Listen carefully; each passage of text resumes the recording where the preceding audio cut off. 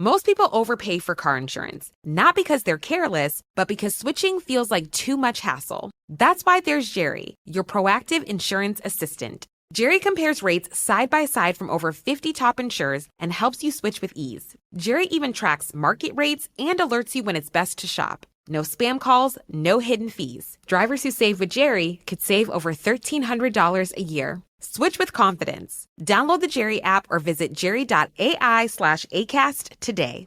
Hey, Ryan Reynolds here. Wishing you a very happy half-off holiday because right now Mint Mobile is offering you the gift of 50% off unlimited. To be clear, that's half price, not half the service. Like, Mint is still premium, unlimited wireless for a great price. So that means a half day, yeah? Give it a try at mintmobile.com/switch. Upfront payment of $45 for 3-month plan, equivalent to $15 per month required. New customer offer for first 3 months only. Speed slow after 35 gigabytes if network's busy. Taxes and fees extra. See mintmobile.com.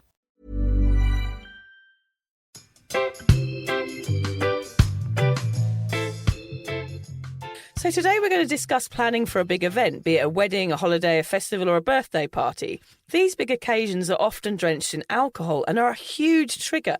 So if you're sober, big events might nudge you into believing one won't hurt, and the feeling of missing out might come along and bite you on the sober arse. Then before you know it, your amazing stretch of sobriety is wah, game over. I have to admit, Vic, I am a little nervous. I've got 3 weddings coming up. I also have 2 garden parties at our house. So every weekend we've got a party. Croquet in the garden, darling. No, not quite as posh as that. And even though I'm hoping to stay sober, I'm going to need some tools in place so my elbow stays well and truly untwisted. Yeah, I think actually being at an event surrounded by booze and seeing everyone you know get shit-faced while you're nervously stood holding an Orangina at the side of the dance floor can feel so overwhelming, and that fuck it button suddenly feels within reach. Today, we will implement some strategies and distractions to make sure the only thing that gets twisted at those weddings, Hamish, are the bridesmaids. Very well done. Thank you. We want to do this episode today not only to make sure Hamish doesn't falter at the first hurdle, but also so you newly sober people, the Give Up Club heroes, get a backup plan and some hot tips for times when normalised binge drinking culture tries to draw you back to the bottle.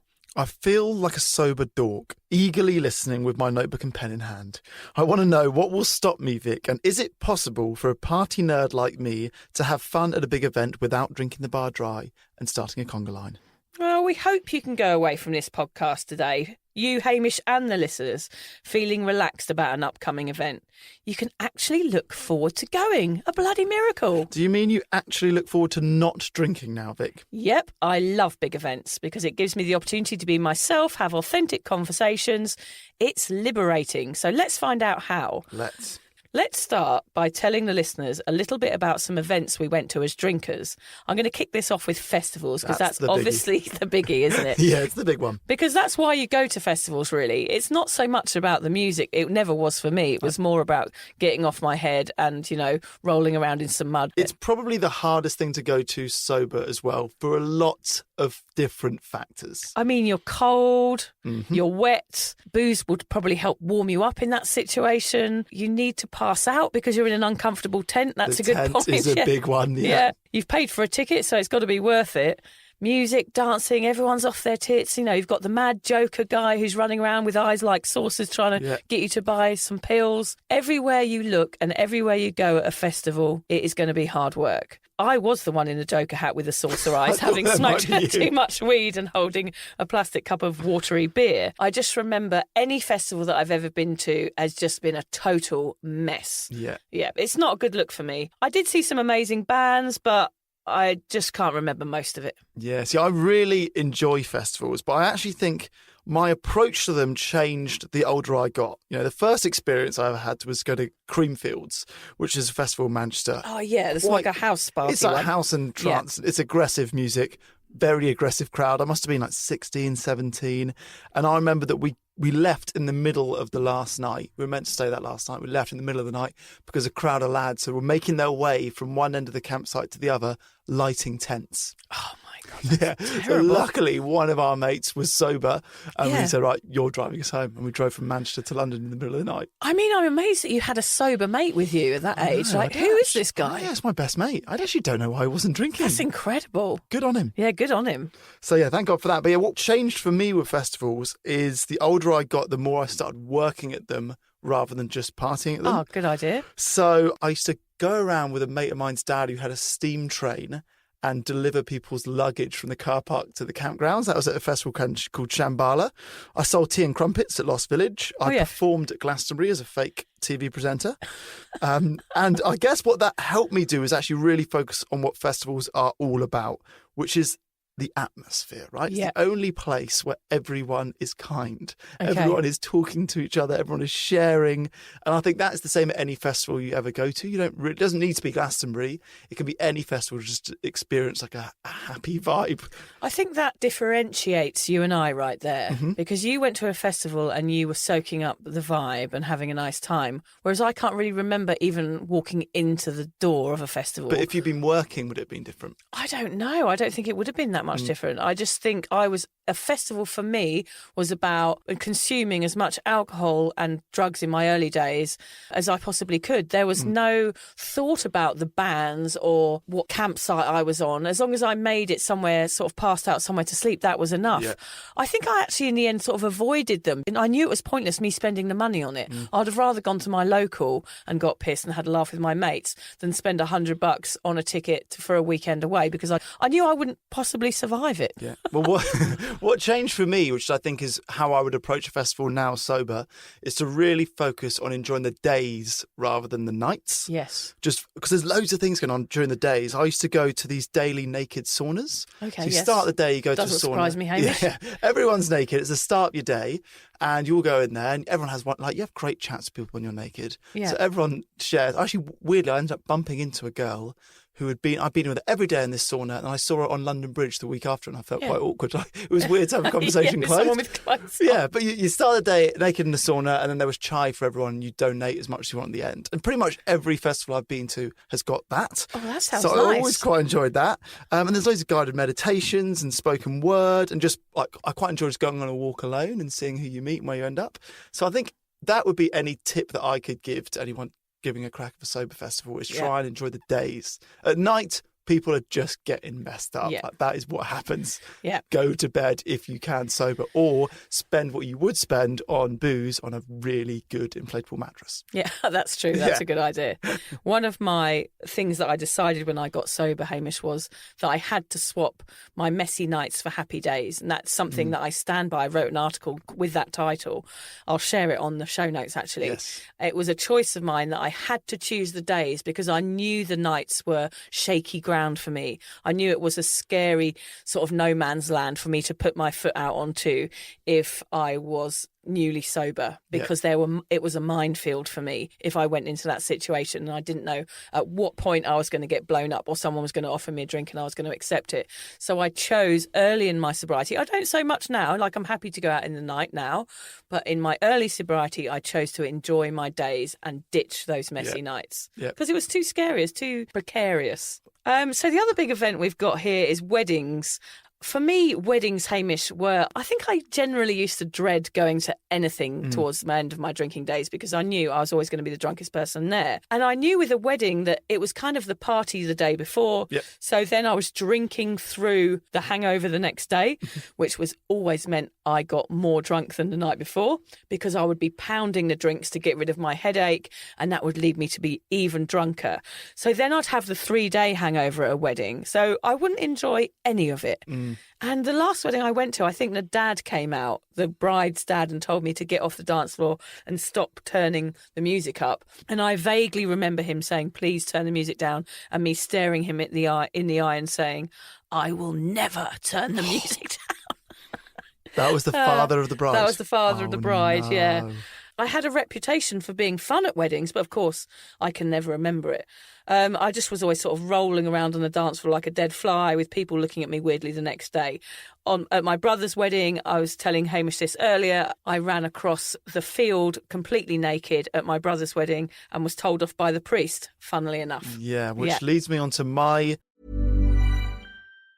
Hey friends, it's Nikayla from the podcast Side Hustle Pro. I'm always looking for ways to keep my kids entertained without screens, and the Yoto Mini has been a total lifesaver. My kids are obsessed. Yoto is a screen-free audio player where kids just pop in a card and listen.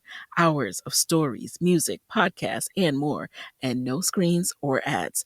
With hundreds of options for ages 0 to 12, it's the perfect gift they'll go back to again and again. Check it out at yotoplay.com. YOTOPLAY.com. Ever wonder why so many people regain weight after stopping a GLP-1? Up to 40% of the weight lost can come from lean muscle. This weakens the body, slows metabolism, and makes it easier to put the pounds back on, creating a cycle of dependency. Prolon's 5-day fasting mimicking diet offers a drug-free way to maintain results and support long-term metabolic health. In just 5 days, it activates fasting pathways to burn fat, protect muscle, and rejuvenate cells, all while letting you enjoy real food. Get 25% off plus a $40 bonus gift when you subscribe at prolonlife.com/start. That's prolonlife.com/start. Honestly, my biggest regret in life happened at a wedding, okay? So I was in a wedding, I was in Malta, and it was the drinks party the night before the wedding. Yeah, they're the worst. I know. But weirdly, I find when everyone's hungover the morning after a wedding is actually my favourite part of the wedding because everyone's in a weird, tired mood. You don't have to be hungover, but exhausted. Yeah. And the conversations I always find really funny. Yeah, a bit giggly. People go a bit silly. Yeah, I quite like that. Yeah. So yeah, this wedding, so it was the party the night before, and big fancy garden parties, probably 150 people there, plus all the staff that were handing out drinks and canapes and stuff. And I got caught in a promiscuous position with a lady in a bush in the garden party, and I got caught by all the waiters, and I was wearing all white because I was dressed as Craig David for this party, so I wasn't even hidden. And I then got caught by not only the father of the groom, but he was also the priest. God, so we've both been caught naked by priests. But honestly, actually, you talk about anxiety a lot. I've never experienced it except for this one. So I woke up the next morning and I got a text from the best man being like, the groom is livid. Oh, and I had to contact the groom and the bride on the morning of their wedding to just be like, I am a piece of shit. Honestly, I still think about that often. The shame. What was I doing? You were just drunk. You're under the influence. Yeah. That's the thing. Like we say that all these things are terrible that we've done and how awful they were and the shame and regret. But actually, we're under the influence of a really strong drug when these things happen. So you can't have shame over them. It's not who you are. You would never have done that sober, Hamish. So forgive yourself. Don't worry about it. The other pressure of a wedding is that you're always sitting next to a stranger, aren't you? You've got this and it's quite long, the meal, because the speech has gone forever. So you've got 3 hours next to a stranger. Like we said, the booze is free. Yeah. And you've already had champagne by the time you sit down. So people go for it. I actually am always the guy that gets sat next to the granny. Yeah. People are looking like, oh, God, doing a seating plan is always difficult. And I always get the grannies. I bet the grannies love you, though, Hamish, don't they? The grannies, I have a way with grannies, if I can say that without sounding too creepy. You have a special way with grannies. Exactly. Other huge dates are things like the Millennium, the Eurovision, the Jubilee, big build up those things, they're massive, lots of planning, and it makes you feel really, really stressful. And often with these big events, there's loads of expectation, which leads to massive disappointment when the night doesn't go as you expect it to. And of course, there's the money that you put into it as well.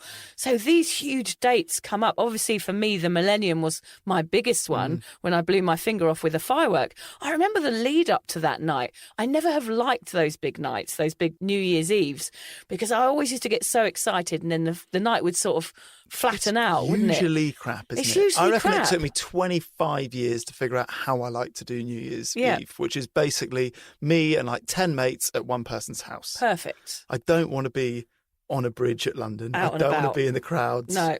It's usually crap. But the excitement of it, the lead up of it, Hamish, made me drink more because with any emotion that I had, I used alcohol to numb it out. So if I was excited because it was New Year's Eve, it meant I was going to be drinking faster, which led to me losing digits, basically. Yeah. And I was the same with all big events. Eurovision, I always overdid it. I passed out in an ABBA outfit, I remember one year by 9 p.m. I went to a mate's house dressed as the Queen. This was really embarrassing. And I got really drunk and my husband was dressed up as Prince Charles. No one else there was in fancy dress. Yes. And it was just me and my husband sat in the corner with a few sherries, and we were so embarrassed that no one else was dressed up that we just sat there and got really, really drunk. And we were just stumbling around this party dressed as the Queen. Yeah, but that image makes me love you and your husband. I used to work with a girl. This is one of my favourite stories of all time. Yeah. She made the mistake of going to a party alone, right? You always need to turn up with someone, particularly if you go in fancy dress. So Yeah. the theme was a dash of colour. So what the organisers meant is that guys in black tie wear like a colourful tie, Yeah. and girls wear colourful dresses rather than traditional. Yeah. She went dressed as a Crayola pen. Oh, So she had her face, kind of like your cocksuit, face sort of squished in, and then the nib of the pen was above her head. And she got there alone, and then she looked around and said, oh, shit. What? And I will always love her because of that story. Oh, was she embarrassed or was she all right? She was kind of crushed. But I think if I saw her at a party, I'd be like, that's the only person I'm speaking to tonight. Same with you and Prince Charles and Diana. I'd only speak to you on that night. Or You'd the be Queen. drawn to her. Is that? Yeah. Yes. Oh, but okay. Sorry, yeah, I sorry. should have given that more love. Yeah, that was didn't deserve any laughs at all. But in Australia, I feel like the two biggest days of the year, particularly if you live in Sydney, are Mardi Gras, which is effectively Gay Pride, which I had. My brother was visiting for that one. Okay, so he was only here for a weekend from Hong Kong before moving back to England. And we got into this hot tub on this roof party. And a girl came past with a guy and she goes, can I leave my boyfriend here with you? I'm just going to get drinks. I'm like, yeah, sure, whatever, come on in. He sat in the middle of us. And then he started feeling me up under the water. And then I looked over my brother. My brother's looking at me weird. He was also feeling my brother up. So it was obviously, we were being conned. Like the girl was a plant and he was not her boyfriend. And yeah, so it's the first time I've ever been felt up with my brother at a Mardi Gras party. But yeah, Mardi Gras. First and last time. Hopefully the last time. So yeah, Mardi Gras is obviously a big day's boozing in Sydney, probably the biggest of the year. I'm just going to interrupt you with You're going to have a good story. Well, about my Mardi Gras story, I don't know whether I told it before on the Sober Awkward podcast, was when I ended up in a pub in Paddington. We'd been rambling around Sydney for hours and hours and hours, and it was kind of the last port of call. And there was a bronze Trojan horse in the centre of the club, and I climbed on top and rode I was riding it, and I got thrown out of the club. I'm glad you said horse, because the other one I was going to talk about was Anzac Day. So yes. Anzac Day, it's very weird how they celebrate it here. Anzac Day is we pay our respects to the soldiers that lost their lives in the wars, the Australian and New Zealand soldiers. Here, the way they celebrate it is you play a game called Two Up. So Two Up is banned the rest of the year in Australia. What it is, it's basically heads and tails. There are 3 coins on a paddle, and you flick them up in the air, and either you are touching your head with a note and someone that you have bet against who's also at the pub's touching their ass, and you're obviously heads, they are tails. And if 2 of the 3 are heads, you win, and vice versa. And it starts at like 10 a.m. and you just gamble and get pissed all day. It's an amazing day, to be fair. But that day, I ended up with a condom on my head, talking to a tree as if it was a horse. It's going, down, boy, good boy, no, down, down, down. And Liz has got the whole thing on camera. Had you been spiked or something? Why did you have a condom on your head? I head? had a condom on my head. I don't know why. You'd inflated it? I'd inflated it and put it on my head, yeah. Oh, gosh, that's a good party. I wasn't even Hamish. going out with Liz at that point, and I was, I was have thinking, thought, I need to this woo guy. this girl, condom on my head, talk to a tree as if it's a horse. Oh, that is so odd. Oh, dear. If you're questioning your relationship with booze, you're struggling to moderate, or your hangovers are causing anxiety, it might be time to reach out for some support. Yeah, just talk to a mate about how you're feeling, contact a local doctor, find an AA or sobriety group. Vic's got one. Yeah, just head to www.cuppa.community. Remember, if you're questioning yourself, it might be time to seek support. Even though this journey can be awkward, it is definitely worth it. And if you've enjoyed the Sober Awkward podcast, don't forget to review it, rate it, and share it with your mates. Do they have to share it with their mates? Yeah, of course they do. I'm not doing this for nothing, Hamish. Bloody hell. How do they share it? I don't know, just write it on the...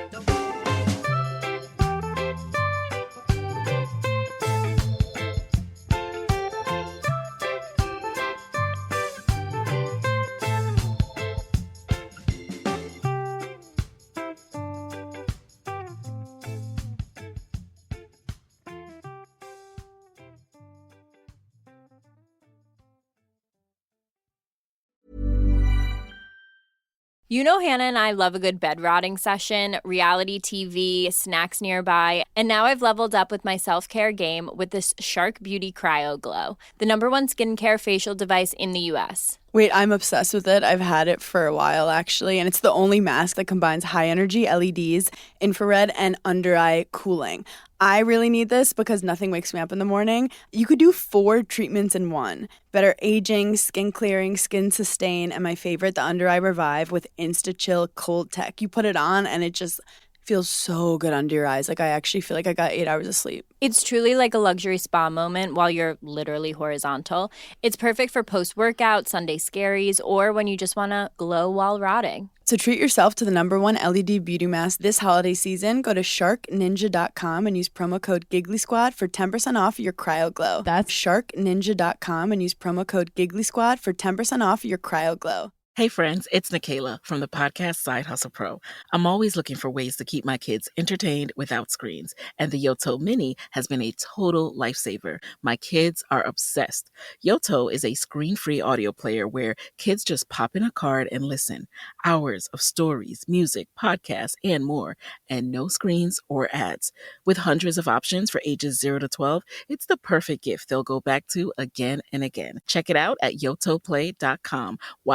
YOTOPLAY.com. Hey, I'm Paige DeSorbo, and I'm always thinking about underwear. I'm Hannah Berner, and I'm also thinking about underwear, but I prefer full coverage. I like to call them my granny panties. Actually, I never think about underwear. That's the magic of Tommy John. Same. They're so light and so comfy, and if it's not comfortable, I'm not wearing it. And the bras, soft, supportive, and actually breathable. Yes, Lord knows the girls need to breathe. Also, I need my PJs to breathe and be buttery soft and stretchy enough for my dramatic tossing and turning at night. That's why I live in my Tommy John pajamas. Plus, they're so cute because they fit perfectly. Upgrade your drawer with Tommy John. Save 30% for a limited time at TommyJohn.com/comfort. See site for details.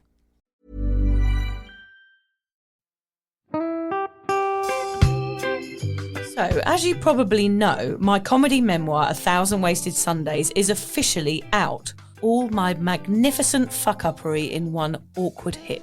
If you'd like to get your hands on a copy, it's now available from all good bookstores. We always say all good bookstores, don't we? Yeah. Are there bad bookstores? No, it's probably ones with moody sellers. Oh yeah, really depressed librarian folk. Yes, okay, yeah, good. yeah. So there are probably some, but we're only storing it in the good ones. It's only made it into the goodies. You can also get it from all good online retailers. The print version and ebook are out now, and the audiobook will be available in March. I've been writing my memoir for 5 years. It will make you laugh, cry and cringe, and hopefully inspire a few people to reconsider their relationship with booze. If you love the podcast, then I think you'll love the book, even if I do say so myself. Hamish has read it. What did you think? I feel like I know a little bit too much about you now, to be honest, Vic. Look, I really loved it. It was hilarious and surprisingly moving, but I feel like I've seen you naked in a literary sense. Yeah. Does that make sense? Yeah, that's worrying. Yeah. From an emotional point of view, seriously, it wobbled my teeny weeny wooden heart, Vic. Okay. My teeny little wooden heart. Well, his teeny little, his wooden heart is broken. Anyway, so if you do manage to get your filthy mitts on a copy, please do me a favour and head to goodreads.com and give me a review. Doing that will help me get it out there to those that need a bit of sober support. So there you have it. My story, unwanted warts and all. Come and get awkward with me. Not to be too demanding or anything, but seriously, go and buy it now. Yeah, go and buy it. Go and buy it right now. Yeah, don't just tell your friends, buy it, and then buy your friends one or two. Yeah, don't give them a copy, buy it. Yeah. And you know what? Don't be careful where you store it. If you lose it, you can always buy another 5. Yeah, buy another one. Yeah.